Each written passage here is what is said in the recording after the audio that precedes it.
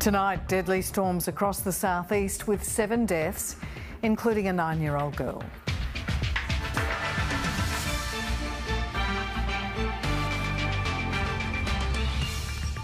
An Australian man, his wife and brother have been killed in an airstrike in southern Lebanon. Renowned Australian chef and king of breakfast Bill Granger dies at the age of 54. And challenging conditions hit the Sydney to Hobart fleet, forcing several retirements. Good evening, Ellen Fanning with ABC News. Queensland has been hit by deadly storms over the past 48 hours with 7 people killed, including a child. 3 men have died after their annual Boxing Day boat trip turned to tragedy when the boat capsized on Moreton Bay with 11 friends on board. A 9-year-old girl has died after she was swept away in a flooded storm drain south of Brisbane overnight. Further north near Gympie, the bodies of 2 women in their 40s were discovered in the Mary River. And a woman died on the Gold Coast following the Christmas night tornado. A second deadly night of ferocious storms lashed the southeast. There it goes. There it goes.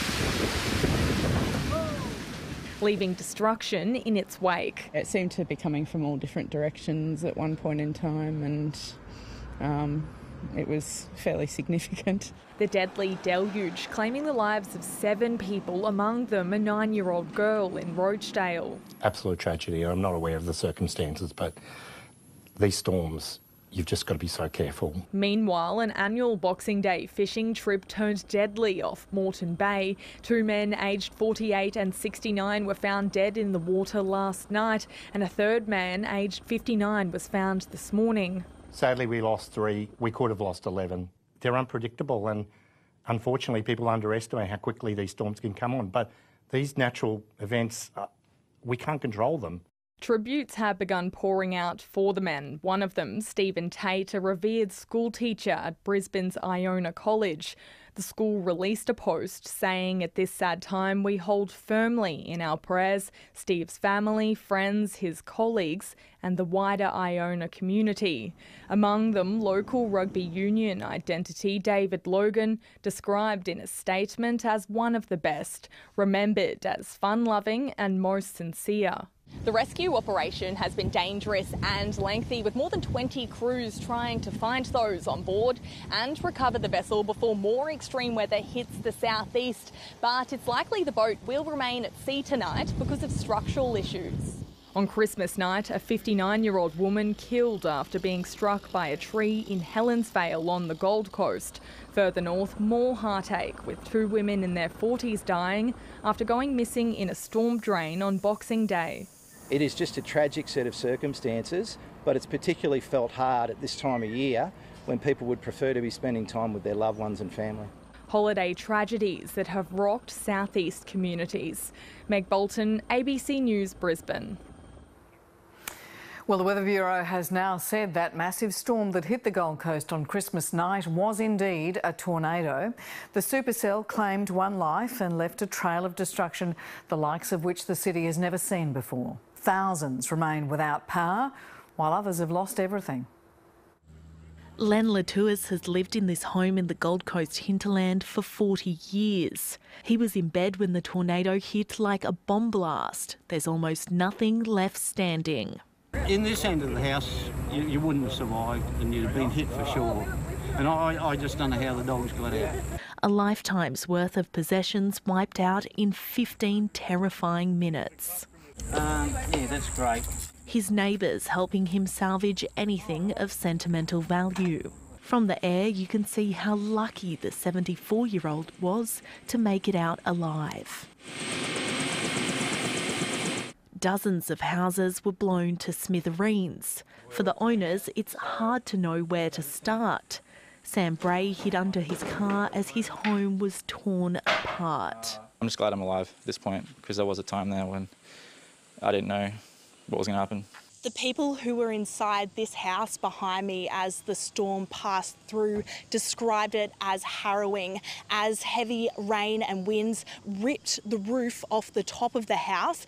Homes completely uninhabitable. Roof's out on the street right now, as well as down in the field. The shed's been blown to smithereens, the roofs are falling in, water dripping through the whole house, obviously. This plant nursery was flattened. The damage bill is likely hundreds of thousands of dollars. The guy at the end of the street's been here 57 years. He's never seen anything like it. In Helensvale, fallen trees line every street, one smashing the roof of this local primary school, others littering a golf course and crushing cars. It's the biggest task Energex has faced in decades. They're trying to reconnect power to more than 80,000 residents. It will likely take them weeks. The Gold Coast Mayor says residents were not properly warned the destructive storm cell was on the way and wants to know why. I think it's unforgivable, so we've got to sort it that it doesn't happen again. The Bureau of Meteorology says it issued severe weather warnings days in advance. It's very hard for them to be predicting the kinds of events that we haven't really seen before. Julia Andre, ABC News, Gold Coast. Meanwhile, far north Queensland residents in Port Douglas are facing a critical water shortage in the aftermath of Cyclone Jasper. The area experienced its biggest flood in the town's history more than a week ago, with significant damage to its water supply infrastructure. Thousands of homes were flooded and efforts to repair burst water mains and hundreds of kilometres of piping are continuing. The local mayor says existing water supplies have been hit hard, with the community now on level 4 water restrictions. Please don't use the hose. You don't need to be cleaning the driveway right now. Let's save that water for the things we need, such as cooking, cleaning, toilets, and keeping our hospitality open. An Australian man, along with his wife and brother, have been killed by an airstrike in southern Lebanon. The 27-year-old was there to accompany his wife home to Sydney. He is the first Australian to be killed in Lebanon in the current conflict. This video shows Ibrahim Bezzi and his wife Shuruq Hamoud in southern Lebanon just days ago. After Shuruq recently acquired an Australian visa, her 27-year-old husband flew over to bring her home. He returned to Lebanon just to get his wife back to Sydney to start a new life. But the couple didn't make it. Shuruq, Ibrahim, and his brother Ali were all killed in an airstrike overnight. Local media in Lebanon is reporting an Israeli missile hit the area. If confirmed, it would make Ibrahim the first Australian to be killed by Israeli forces since the start of the wider conflict in October. A spokesman for the family has described Ibrahim as a humble man, adding they're all devastated. They're all very angry. They're all very angry to lose. Imagine that you lose one of your best friend or best neighbor. Since October 7th, the Lebanese militia Hezbollah has been launching strikes on northern Israel in solidarity with Hamas. Cross-border exchanges of fire have become a daily occurrence, threatening to open up another front of the war. We're in a multi-arena war. We are being attacked from 7 different fronts. Anyone who acts against us is a potential target. There is no immunity for anyone. We are here sitting now in a peaceful place in Sydney, but our fellows in Lebanon are sitting under the attack of the Israelis on a daily basis. Ibrahim and Ali's parents are still in Lebanon. Family here say they're worried about their safety. Nabil Nashar, ABC News, Sydney. Israel is insisting it will see through its mission to dismantle Hamas no matter how long it takes. As you heard there, tensions are spreading across the region, with the Israeli military reporting attacks not only from Lebanon but from Syria, Iraq and Yemen. The Palestinian president is warning tensions could boil over in the occupied West Bank. Far from the front line of Gaza, Israeli troops destroy an explosive laboratory on the outskirts of the West Bank, claiming to have found dozens of weapons inside. Nearby refugee camps were also raided by Israeli forces. Summer said he was sleeping when the IDF stormed the camp and evicted families from their homes. I don't know why they did that. I don't belong to any organisation. and I'm not affiliated with the Palestinian authorities. 6 people were killed, according to local health authorities, bringing the total number of those killed in the West Bank since October 7 to more than 300. Israel has been conducting near-nightly raids across the occupied territory in what it describes as counter-terrorism operations. There are fears of this war not only expanding but extending too, with the Israeli military's chief of staff declaring the war will continue for many more months as its forces broaden operations in central and southern Gaza. In Gaza's southernmost town of Rafah, an Israeli airstrike leaves behind a wasteland. Al-Mawasi, an area declared as a safe zone by Israel, suffered the majority of the 250 deaths reported across the Strip today. In response, Israel's military said it will operate wherever it identifies activity threatening the security of Israel.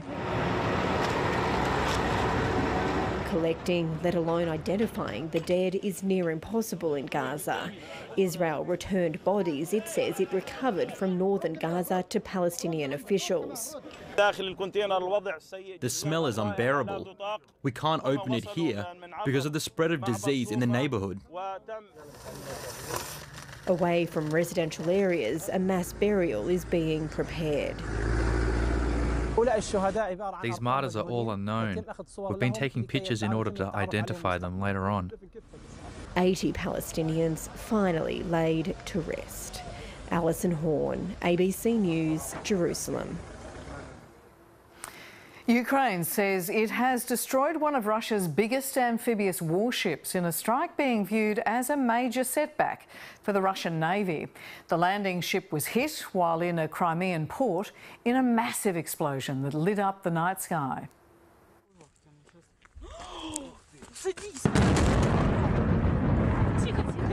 In the dead of the night, Ukraine's Air Force strikes. This video captures the moment a Russian naval ship is hit by cruise missiles, sending a massive fireball into the air. A huge job has been done.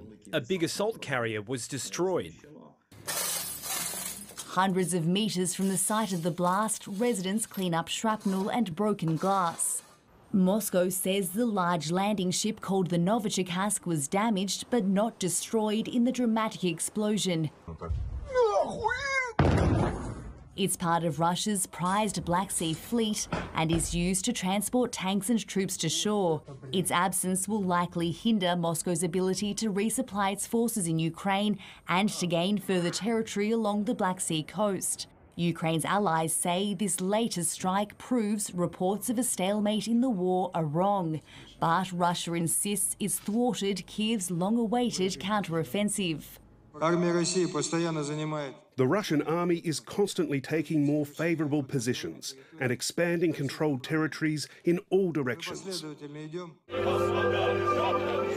In St. Petersburg, President Putin is putting on a show for Friends of the Kremlin. A collection of leaders from former Soviet member states have gathered for an informal summit, a festive finish to a year marked by conflict in the region. Michelle Rimmer, ABC News. Australian chef Bill Granger has died aged 54 in a London hospital with his family by his side. He was a self-taught cook who became one of the most successful and much-loved restaurateurs Australia has ever produced. Many chefs dream of creating a phenomenon. Few achieve it, but Bill Granger did. It's hard to believe such a simple dish, avocado on toast, has become such a cultural signifier of a whole generation. He took simple and made it really good. It was in his first cafe in Darlinghurst when he was a 22-year-old art school dropout. It wasn't allowed to open in the evenings, so he stuck to breakfast and brunch. There's an old expression, the person that gets up early owns the day. I love that. Bill Granger seized the day. His first cookbook is credited with taking Australian cafe culture to the world. Many of the guys who are doing good food in cafes now really have, Bill to thank for trailblazing that. He and his wife Natalie built an empire while building a family. 5 TV series, 12 cookbooks, and restaurants all over the world, including in the city where it all began. The legacy, like all the cookbooks, the restaurant chain, yeah, so sad that he's passed away. Really shocked he's so young. His friend Jamie Oliver said, "I loved Bill Granger so much. He had an extraordinary ease and style in cooking that could only come from Australia." Nigella Lawson said she was heartbroken. There are no right words when what's happened is so wrong. That sort of sunny disposition, that smile and that level of happiness that he always managed to bring into a room really sort of said a lot about what Bill was all about. And what he brought to his food. It's fresh and sunny, Australian cafe classics, and that's me on a plate. Bill Granger was 54.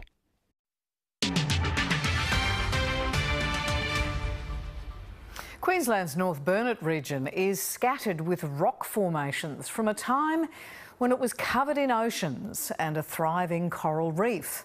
Researchers are hoping the fossils left behind from this ancient reef formation can assist researchers on the issues facing the Great Barrier Reef. Blink and you'll miss them. But these rock formations in Queensland's North Burnett are a link to ancient times. A person just driving by, it just looks like a grey limestone sticking up. And so you could miss it so easily. They're called coral bommies, and they're part of a reef structure you'd normally see off the coast. This is one of the fossil corals from Old Caninda. While the Caninda Reef near Monto, west of Bundaberg, is no longer alive, researchers hope it holds secrets to help protect the Great Barrier Reef.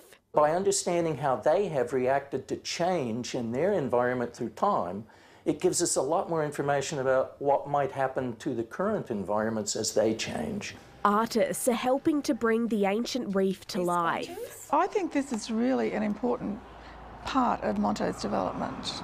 Learning from the past. It's part of where we are now, and it's made the country what it is, and it needs to be honoured and taken care of. To protect future reefs. The more we know about these reactions, the better prepared we are to understand what we might face in the future. Grace Whiteside, ABC News, Monto.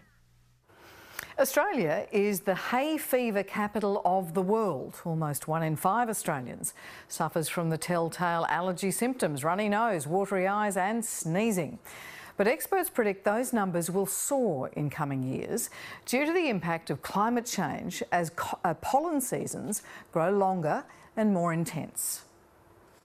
Daily life is no stroll in the park for allergy and asthma sufferer Caitlin Ross. My symptoms have gotten worse, especially in the last 5 or 6 years. It's been the most noticeable. Every year is a new unprecedented year. But experts say allergy seasons are becoming more severe.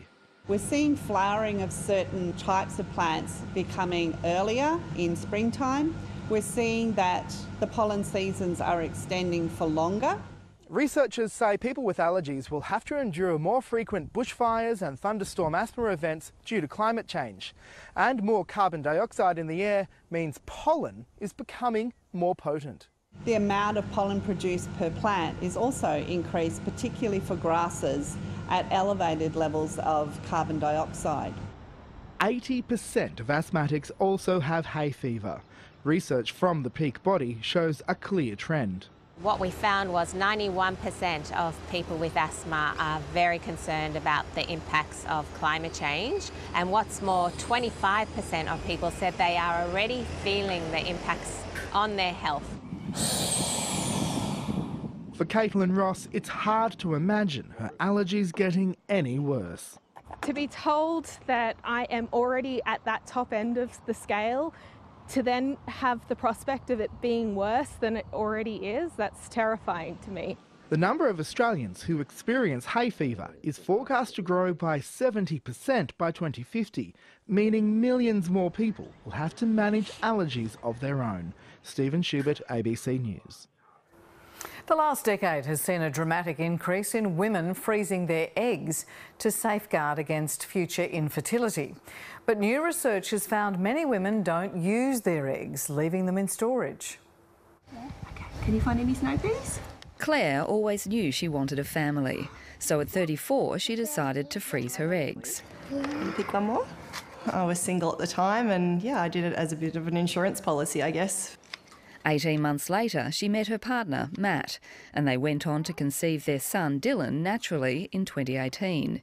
He was followed by baby Evie. And it wasn't until we went to have our second baby that, we obviously ran into a few fertility issues then. So that's when we decided to go back and use one of my frozen eggs. The popularity of egg freezing has grown dramatically over the last decade.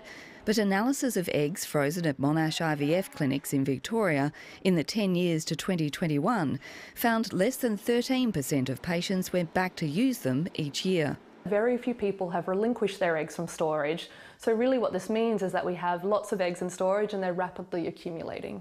Independent embryologist Lucy Lyons says many women freeze their eggs to ease fears about future fertility, then go on to conceive naturally. It takes the pressure off all their relationships after that. You know, you're going into every relationship thinking, are you going to be the father of my children? And then you freeze your eggs and you're like, oh, pressure's off. Despite the surplus, few women donate their eggs. So over the 10 years that we looked at, only 23 patients decided to donate their eggs to someone else and 0 people decided to donate their eggs to research. 2-year-old Olivia was conceived using eggs from a donor, followed by her sister Zara this year. Demand for egg donors in Australia greatly exceeds supply, which meant their parents sourced their eggs from overseas. Someone locally would have been better, but we didn't have that choice. Deciding what to do with surplus eggs comes down to personal choice, but those working in IVF say starting a discussion early in the process allows people more time to make an informed decision. It's brand new. We're all unfamiliar with it. Complex choices on a very individual issue. Sasha Payne, ABC News, Melbourne. Inspired bowling from captain Pat Cummins has given Australia the edge on day 2 of the second test against Pakistan at the MCG. Pakistan fought hard during the first 2 sessions before Cummins led by example with 3 wickets. Pakistan came out with a spring in its step and made an early breakthrough. Edged and taken. Marnus Labuschagne brought up a patient half-century while Mitch Marsh was in a hurry. He was waiting for it, didn't wait long, Mitchell Marsh, he knew it was coming. The tourists didn't allow Australia to build momentum thanks to an improved effort in the field. An absolute beauty here, Mohammad Rizwan. Marsh's aggressive approach brought about his undoing as Pakistan targeted Australia's captain. Oh, awkward, very, very awkward. But the wayward visitors conceded 52 sundries. It's almost outrageous. The home team went down swinging and made 318. And that is a really good running catch out there. The Pakistani openers were living dangerously. It's a tough one. And Australia's greatest off-spinner wouldn't be denied. Got him! Nathan Lyon strikes! The crowd paid tribute to the late MCG favourite Shane Warne, but captain Shan Masood wasn't showing Lyon the same respect. Wow, that's good for the action. Abdullah Shafiq also made an impression. And that is a half-century for Abdullah Shafiq. Travis Head conducted the fans in the outer.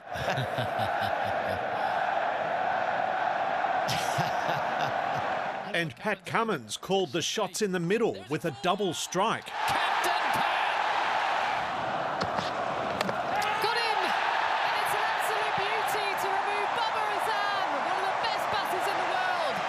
Masood fell for 54 as Lyon had the last laugh. He does come down, and it's led to his demise. The final session fight back was bearing fruit. Oh, it's a peach. It was good at the end there to get a few big wickets and felt like we're well into their order now.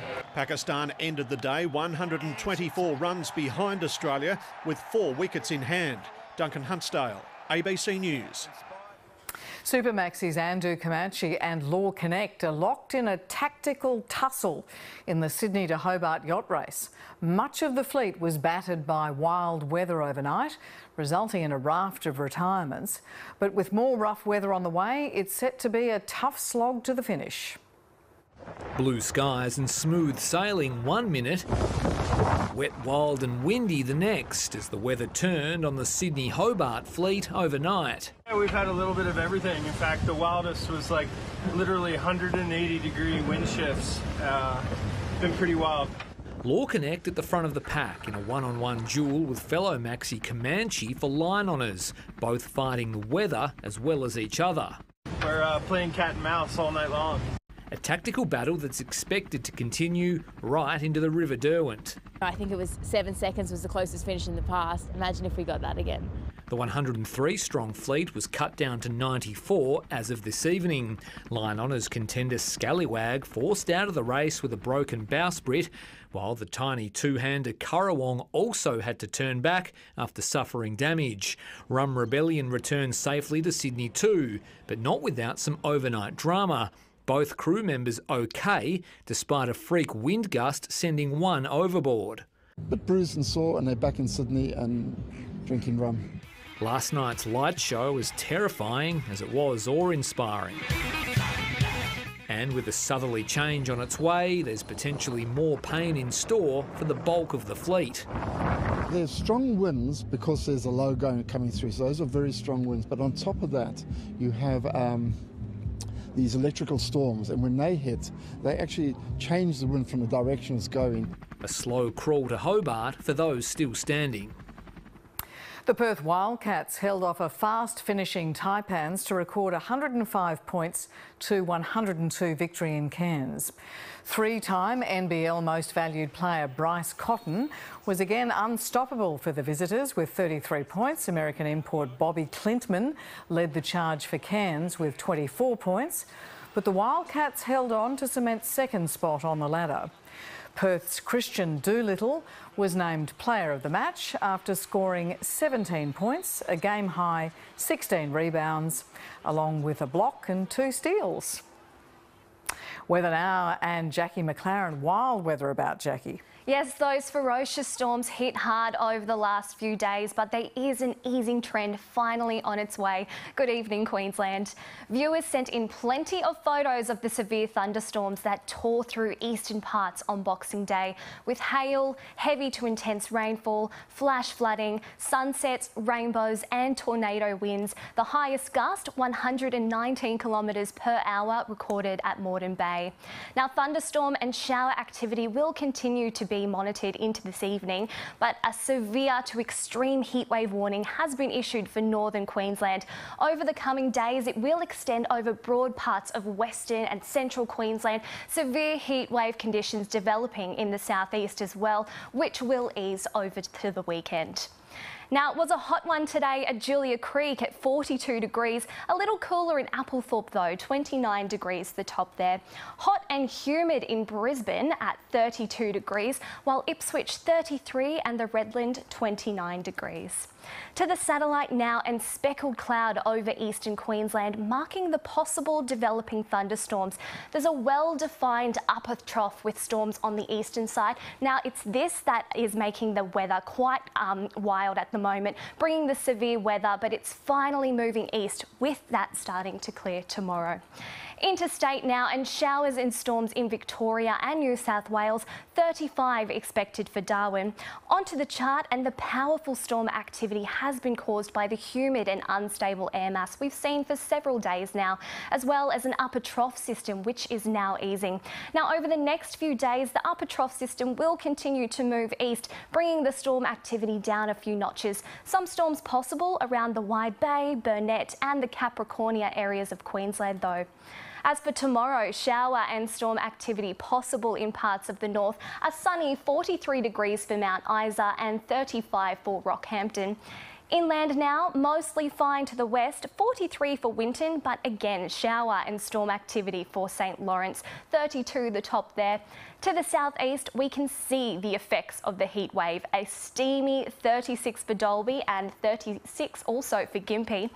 In Brisbane, 36 degrees, 38 in Ipswich expected, and on the Bay, winds 20 knots, seas about 1.5 metres. Sunrise will be at 4:52 in the morning, and looking ahead, hot and humid Friday, storms likely on Saturday with showers and the odd rumble of thunder possible for New Year's Eve, Ellen.